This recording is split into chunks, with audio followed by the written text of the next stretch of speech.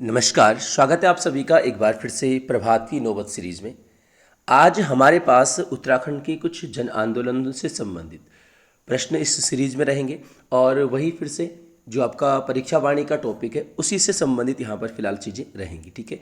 और आज का सवाल आप लोगों के लिए ये है कि जाडो, चस्सो, चचकार या टटकार, ये जो चार शब्द हैं किस शब्द के समानार्थी शब्द हैं या किस चीज़ के लिए इनका प्रयोग गढ़वाल क्षेत्र में किया जाता है। ठीक है।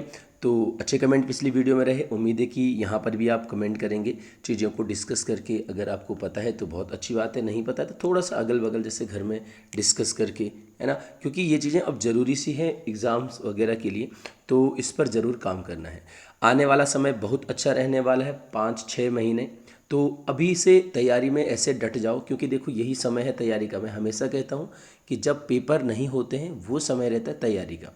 जब एग्ज़ाम का नोटिफिकेशन आता है ना, उसके बाद हर कोई प्राइवेट जॉब छोड़ के भी 2 महीने की छुट्टी लेके तैयारी करने की कोशिश करते हैं।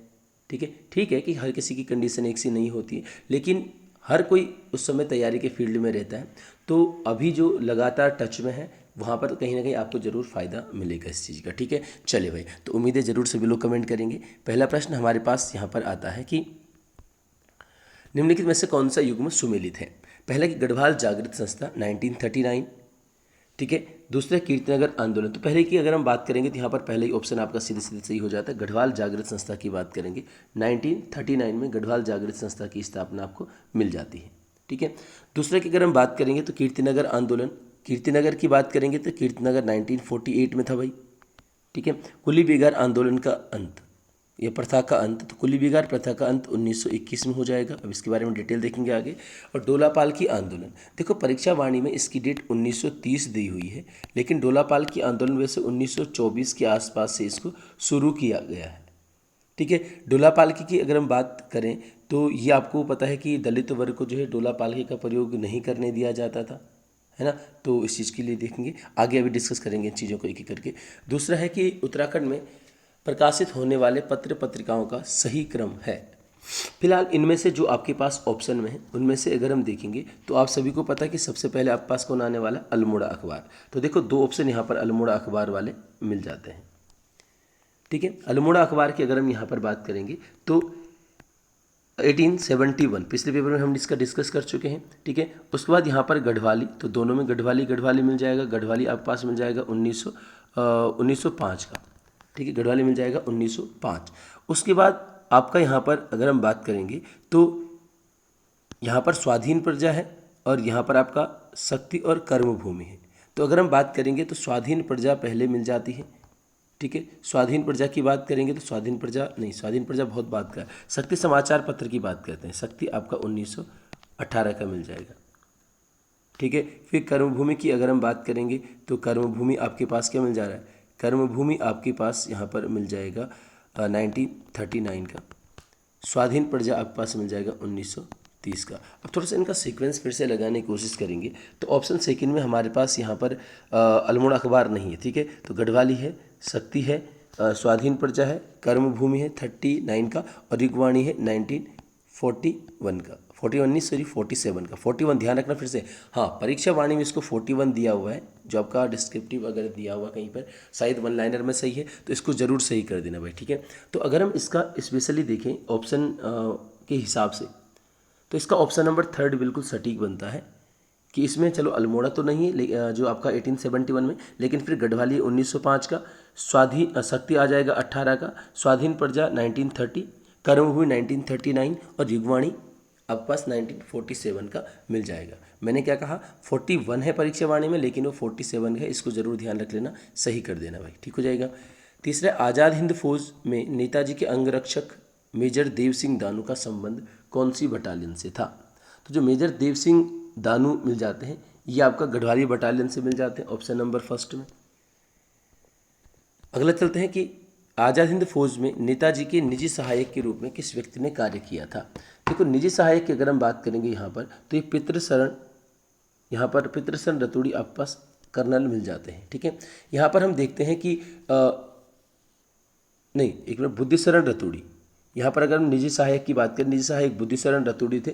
ठीक है। निजी सहायक कौन हो जाएंगे, बुद्धिशरण रतूड़ी। जबकि अगर हम इनकी बात करेंगे पितृशरण रतूड़ी की, तो ये भी इनके पर्सनल बटालियन में आपका जरूर शामिल थे, लेकिन बुद्धिशरण रावत का यहाँ पर आपका जिक्र मिलता है कि नेताजी के निजी सहायक आपका मिल जाते हैं। ठीक है, थोड़ा सा अगर हम और बात यहाँ पर करेंगे तो हमारे पास एक चंद्र सिंह नेगी नाम आता है।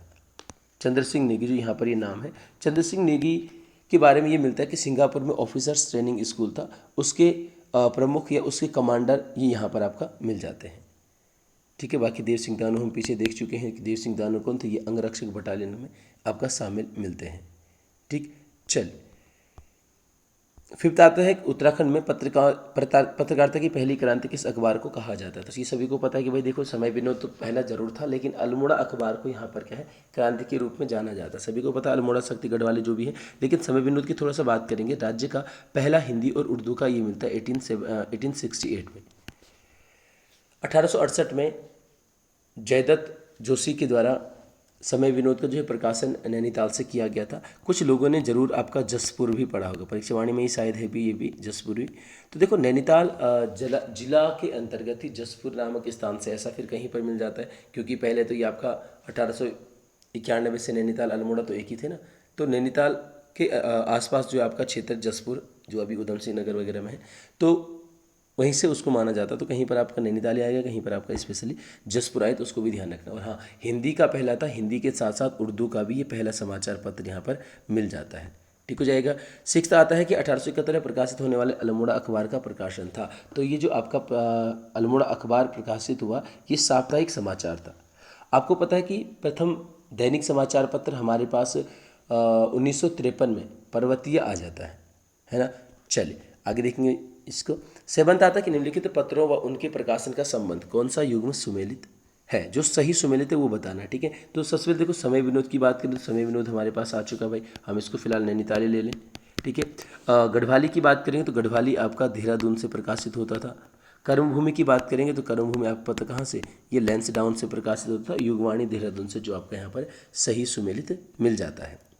एट्थ है कि कुली बेगार आंदोलन की शुरुआत सर्वप्रथम राज्य के किस जिले से हुई है। चलिए इसकी बात करेंगे। कुली बेगार आंदोलन की जो शुरुआत होती है वो अल्मोड़ा के, परीक्षावाणी में ध्यान रखना खवियाड़ी लिखा हुआ है, वैसे ये आपके पास क्या मिल जाता है, खतियाड़ी गांव से मिल जाता है। खतियाड़ी गांव से 1903 में ये आंदोलन शुरू होता है। ठीक है, जब ये आंदोलन शुरू होता है तो 1904 में इस आंदोलन को जो है आपका इलाहाबाद हाईकोर्ट के द्वारा, हाईकोर्ट ने कुली बेगार को क्या किया, अवैध घोषित किया कि भाई कुली बेगार नहीं लिया जाना चाहिए। लेकिन फिर स्थानीय शासक, स्थानीय जो अधिकारी वगैरह हैं, उनके द्वारा लगातार कुली बेगार लिया जाने लगा। फिर जनता ने सोचा कि यार खुद ही अब कुछ करना पड़ेगा।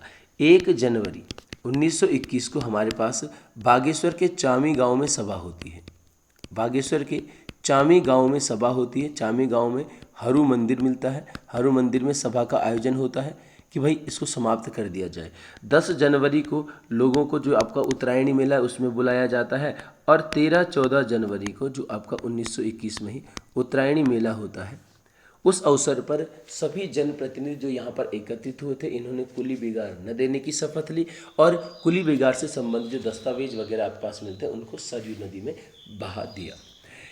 यहाँ पर फिर क्या है, देखो यहाँ पर तो वो लोग थे जो प्रतिनिधि थे। फिर ये लोग गांव-गांव मतलब अपने क्षेत्रों में जाकर इन्होंने सभाएं की, कुली बेगार न देने के लिए लोगों को जागरूक किया और कुली बेगार न देने के लोगों को शपथ दिलाई। फिर यहाँ पर आपका वैसे तो 1921 में समाप्त मिलता है, लेकिन टिहरी और अस्कोट में ध्यान रखना 1923 में कुली बेगार का समापन यहाँ पर आपको मिल जाता है। ठीक है, तो इन चीज़ों को थोड़ा सा ध्यान रखेंगे भाई। कुली बेगार की अगर हम बात करेंगे तो कुली बेगार के समय आपका परसीविडम कमिश्नर, कुमाऊं कमिश्नर मिल जाते हैं, जबकि डिप्टी कमिश्नर में आपके पास डाइबिल नामक व्यक्ति मिलते हैं। 9 है कि जनवरी 1921 में हुए कुली बेगार आंदोलन के नेतृत्वकर्ताओं में कौन शामिल नहीं थे। तो इसमें बुद्धि बल्लभ पंत शामिल नहीं थे। बुद्धि बल्लभ पंत आपको पता है कि ये तो फिर किस में, वही अल्मोड़ा अखबार वगैरह ये शुरुआती चरणों में आपके पास मिल जाते हैं। 10 है श्रीदेव सुमन के संबंध में कौन सा कथन सही नहीं है।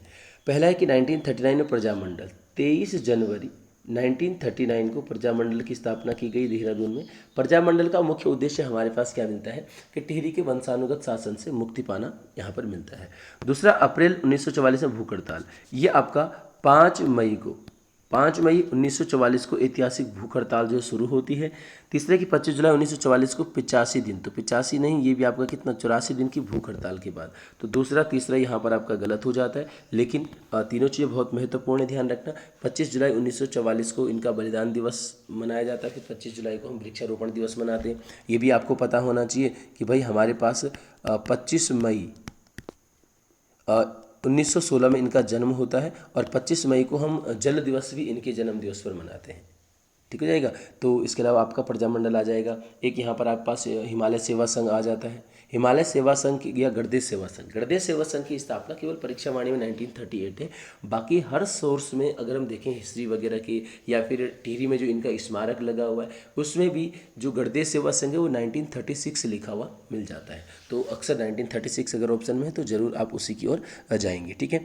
11th एक दलित वर्ग के लिए शिल्पकार शब्द का प्रयोग सर्वप्रथम, तो यहाँ पर भी कुछ चीज़ें आपका डिस्कस करने लायक है क्योंकि ये हरिप्रसाद टमटा ने शब्द दिया था। सबसे पहले हम देखते हैं दलित वर्ग के उत्थान के लिए 1905 में टमटा सुधारणी सभा का गठन होता है। टमटा सुधारणी सभा, इसका गठन किया जाता है यहाँ पर आपका हरिप्रसाद टमटा और खुशीराम आर्य के द्वारा। ठीक हो जाएगा। फिर आगे जाके हम 1911 में दलित वर्ग के लिए शिल्पकार शब्द देखते हैं। दलित वर्ग के लिए शिल्पकार शब्द दिया था टमटा जी ने। 1913 में इस सभा का नाम भी टमटा सुधारणी सभा की जगह क्या हो जाएगा आपका शिल्पकार सुधारणी सभा हो जाता है। ठीक है, क्या शिल्पकार सुधारणी सभा, ये तो ठीक है। इसी की एक शाखा 1931 में अल्मोड़ा में स्थापित होती है जिसका नाम आगे क्या है कुमाऊं लग जाता है। कुमाऊं शिल्पकार सुधारणी सभा। ठीक है, कुमाऊं शिल्पकार सुधारणी सभा हो जाएगा। और यहाँ पर संस्थापक मिलते हैं कौन, बच्चीराम आर्य। ठीक है, बच्चीराम आर्य यहाँ पर संस्थापक आपको मिल जाते हैं। ठीक है भाई, तो इन चीज़ों को थोड़ा सा ध्यान रखना जो भी आपका फैक्ट वगैरह है। अगला चलेंगे 12 पे कि 1948 में हुए कीर्तिनगर आंदोलन में शहीद होने वाले व्यक्ति हैं। तो कीर्तिनगर आंदोलन में मोलू भरदारी, कहीं पर भूलू भरदारी है और साथ साथ में आपका क्या नागेंद्र सकलानी, ये यहाँ पर आपका शहीद होते हैं। कीर्तिनगर कचहरी कांड की हम बात करते हैं, ये आपका कहीं पर जनवरी 11 मिल जाता है, लेकिन 1948 ध्यान रखना। एक आपका 1947 में मिलता है तो सकलाना विद्रोह भी मिल जाता है, उसको भी थोड़ा सा रिवीजन करना भाई। ठीक है, चलिए अगला चलते हैं 13 पे कि राज्य के तराई क्षेत्रों में सीलिंग कानून को लागू करवाने के लिए कौन सा आंदोलन चलाया गया। ठीक है, अब यहाँ पर सीलिंग आंदोलन की बात कर रहे हैं। सीलिंग का मतलब क्या है कि जो आपका खेती बाड़ी वगैरह से संबंध आपके पास था, तो खेती बाड़ी कृषि वगैरह या भूमिहीनों को भूमि बांटने से संबंधित अगर हम बात करेंगे कि जो आपका भूमिहीन है उनको भूमि बांटने से संबंधित है, वो था आपका कोटा खर्रा आंदोलन। ठीक है, तो कोटा खर्रा आंदोलन था जो भूमिहीनों को भूमि देने से संबंधित था। रवाई आपको पता 30 मई 1930 को। यहाँ पर 1928 में कुछ वन कानून टिहरी रियासत के द्वारा बनाए जाते हैं जिनमें लोगों के जो वन के अधिकार हैं वो क्या कर दिए गए थे, छीन लिए गए थे। तो लोगों ने अपने वन अधिकारों की मांग के लिए यहाँ पर आपका आज़ाद पंचायत के नेतृत्व में एक सभा का गठन किया जहाँ पर फिर गोलीबारी कई सारे लोगों की आपका जाने जाती हैं। ठीक है, खीराकोट आंदोलन की बात करेंगे तो खीराकोट आंदोलन है जो आपका ये आपका खनन वगैरह से संबंधित मिल जाता है। ठीक है, खीराकोट आंदोलन आपका खनन वगैरह से संबंधित मिल जाता है। और इस आंदोलन की अगर हम बात करेंगे तो इस आंदोलन को यहाँ पर चलाया था किसने, जो आपके पास एक नाम आता है ना, अभी चलो देखेंगे इसको। तो यहाँ पर आपका खीराकोट मिल जाएगा कि किसान भू आंदोलन तो स्पेशली यहाँ पर नहीं था। हाँ भाई, कुछ यहाँ पर आपका एक कनकटा बैल आंदोलन आपने पढ़ा होगा। ठीक है, कनकटा बैल आंदोलन आपने पढ़ा होगा। कनकटा बैल आंदोलन की अगर हम बात करेंगे तो ये आपका भ्रष्टाचार के खिलाफ था। आपने देखा होगा कहीं पर मिलता है कि एक बैल है उसके कान काट दिए गए कि भाई बैल मर गया, अब क्या लाओ, अब जो है इसका बीमा वगैरह लाओ, मतलब है ना। और एक कान तो काट के ले गए, बैल का जो बीमा की राशि थी वो खा ली गई। फिर से बैल का दूसरा कान काट दिया गया कि ये भाई ये बैल तो अब मरा, इसका फिर से। अब तो आज की डेट में तो कई सारी सुविधाएं हैं ना ऑनलाइन वगैरह करने की। आपको पता है कि पुराने अभी 2-4 साल पहले ही जब तक चीज़ें ऑनलाइन नहीं थी बहुत सारा फ्रॉड वगैरह चलता रहता है इस तरीके से, है ना। हाँ, खीराकोट आंदोलन 1977-78 का मिल जाता है भाई। यहाँ पर आपका राधा भट्ट और मालती देवी का नाम मिलता है। ठीक है, राधा भट्ट और मालती देवी का यहाँ पर आपका नाम मिलता है। ठीक है। अल्मोड़ा में एक हीराकोट आपके पास मिल जाएगा, और यहाँ पर इन्होंने जो है किसी खनन कंपनी के विरोध में ये आंदोलन चलाया था। अगला चलेंगे 14 हमारे पास आता है उत्तराखंड संघर्ष वाहिनी किस आंदोलन के खिलाफ आवाज़ उठाई। इन्होंने जो मुख्य रूप से अगर हम बात करेंगे तो उत्तराखंड संघर्ष वाहिनी का जो मुख्य उद्देश्य था वो आपका यहाँ पर क्या था, वो नशा नहीं रोजगार दो, ठीक है, यानी आपका क्या था, शराब विरोधी आंदोलन था। कनकटा बैल में तो ये थे भी नहीं, तो आपका फर्स्ट सेकंड तो वैसे भी नहीं होगा, तो ये आपका ऑप्शन नंबर सेकंड मुख्य रूप से शराब विरोधी आंदोलन यहाँ पर था।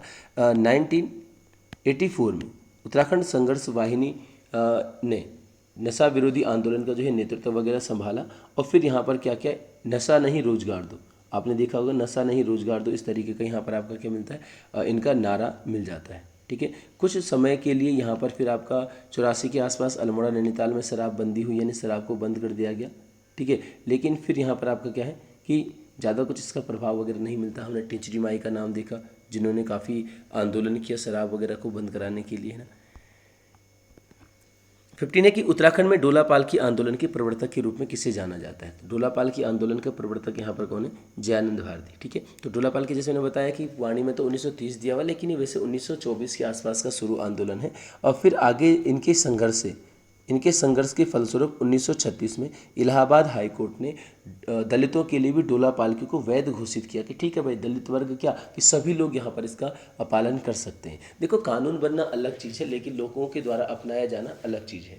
तो कानून तो बन गया, लेकिन लोगों ने इसको अपनाया नहीं एकदम से, तो फिर यहाँ पर ये लगातार रहा। जब व्यक्तिगत सत्याग्रह आंदोलन उत्तराखंड में शुरू होता है, गांधी जी जब इससे परिचित होते हैं, तो गांधी जी भी इस चीज़ से दुखी होते हैं कि यार ऐसा भी एक वर्ग है जिसके साथ काफ़ी भेदभाव हो रहा है। तो तब गांधी जी ने क्या किया कि असहयोग आंदोलन को टाल दिया कि भाई जब तक तुमने इस प्रथा को समाप्त नहीं किया, कि किस प्रथा को, डोला पालकी जो प्रथा है, इसको अगर समाप्त नहीं किया तब तक जो है असहयोग आंदोलन भी आप लागू राज्य में नहीं करोगे।